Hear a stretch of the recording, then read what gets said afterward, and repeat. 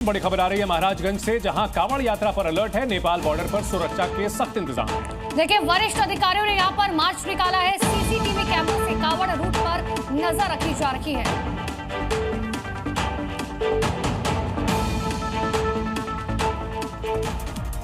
और चलिए अब बढ़ते आगे। जलालुद्दीन उर्फ छांगुर बाबा को धर्मांतरण की फैक्ट्री खोलने में सालों लगे, लेकिन बड़ी ताज्जुब की बात है कि बलरामपुर में छांगुर कन्वर्जन की कोठी बनाता रहा और पुलिस प्रशासन को इसकी जानकारी तक नहीं मिली। गाजियाबाद के एक परिवार का आरोप है कि छांगुर और उसके चेले बदर अख्तर सिद्दीकी ने मिलकर उनकी बेटी को गायब कर दिया। ये खुलासा पूरे सिस्टम को झकझोर देने वाला है।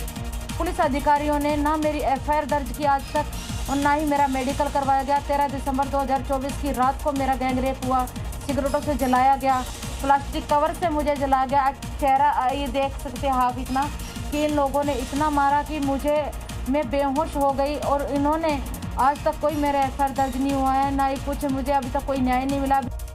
इसके पहले जी न्यूज के कैमरे पर छांगुर की शिकार 3 महिलाओं की गवाही हमने आपको दिखाई थी। इन 3 महिलाओं ने छांगुर के गंदे धंधे की पूरी फाइल खोलकर रख दी। सवाल यह है कि छांगुर इतने दिन धर्मांतरण का धंधा चलाता रहा और किसी अधिकारी को खबर तक नहीं हुई। अब ऐसे अधिकारियों के खिलाफ कार्रवाई की मांग हो रही है जो उस वक्त बलरामपुर में तैनात रह चुके हैं। छांगुर के तहखाने में बने 20 खुफिया कमरों का इस्तेमाल छांगुर कन्वर्जन की कोचिंग देने के लिए करने वाला था। खुलासा तो ये भी हुआ कि छांगुर के कन्वर्जन प्लान में दुबई के कुछ मौलाना भी शामिल थे। भारत को इस्लामिक राष्ट्र बनाने का ख्वाब देख रहे छांगुर पर ये 3 सबसे बड़े खुलासे हैं। एटीएस की पूछताछ जैसे जैसे आगे बढ़ रही है, एक से बढ़कर एक हैरान करने वाले खुलासे हो रहे हैं। धर्मांतरण वाली कोचिंग, 20 सीक्रेट कमरे और दुबई के मौलाना, ये 3 खुलासे आपके होश उड़ा देंगे। छांगुर ने बलरामपुर में 2 आलीशान कोठियों का निर्माण कराया था। इन्हीं कोठियों में 20 गुप्त कमरे तैयार किए गए थे।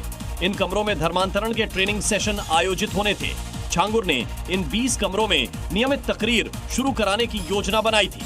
सूबे के कई कट्टर मौलानाओं से ट्रेनिंग के लिए छांगुर ने बात की थी। और आपको दिखाते हैं देश की 5 बड़ी खबरें। संसद का मॉनसून सत्र 21 जुलाई से 21 अगस्त तक जारी रहेगा। इस दौरान मॉनसून सत्र में सरकार 8 नए बिल ला रखी है।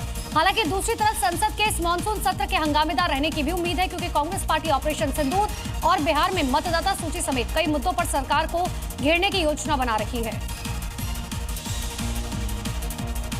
विदेश मंत्री एस जयशंकर ने चीन के दौरे पर वहां के विदेश मंत्री वांग यी से मुलाकात की। इस दौरान रूस के विदेश मंत्री सर्गेई लावरोव से भी जयशंकर मिले हैं। तो वहीं एससीओ की बैठक में विदेश मंत्री ने पहलगाम हमले का मुद्दा उठाया और कहा कि आतंकवाद पर सख्त रुख अपनाना होगा और आतंक के खिलाफ किसी भी तरह की नरमी नहीं बरतनी चाहिए। सड़क पर स्ट्रीट डॉग्स के बढ़ते हुए हमलों के बीच सुप्रीम कोर्ट ने सख्त टिप्पणी की और नोएडा में आवारा स्ट्रीट डॉग्स को खाना खिलाने से जुड़े एक मामले में याचिकाकर्ता से पूछा कि आप उन्हें अपने घर में खाना क्यों नहीं खिलाते। तो वहीं कोर्ट ने याचिकाकर्ता को सुझाव दिया कि अपने घर में ही इन डॉग्स के लिए एक शेल्टर खोल लें। फिल्म उदयपुर फाइल्स की रिलीज पर आज सुप्रीम कोर्ट में अहम सुनवाई होगी। बता दें कि फिल्म के प्रोड्यूसर्स दिल्ली हाई कोर्ट के मूवी की रिलीज पर रोक को लेकर फैसले के खिलाफ सुप्रीम कोर्ट पहुंचे हैं। तो वहीं जमीयत उलेमा हिंद ने भी कोर्ट में कैविएट दाखिल की है कि मामले में उनका पक्ष सुने बिना एक तरफा आदेश न दिया जाए। कांग्रेस नेता राहुल गांधी आज असम के दौरे पर जाएंगे। उनके साथ कांग्रेस के अध्यक्ष मल्लिकार्जुन खड़गे भी असम का दौरा करेंगे, जहां दोनों राज्यों के पार्टी पदाधिकारियों के साथ एक अहम बैठक की जाएगी। बता दें, कांग्रेस नेतृत्व में 2026 की चुनावी रणनीति को लेकर एक समीक्षा बैठक होगी।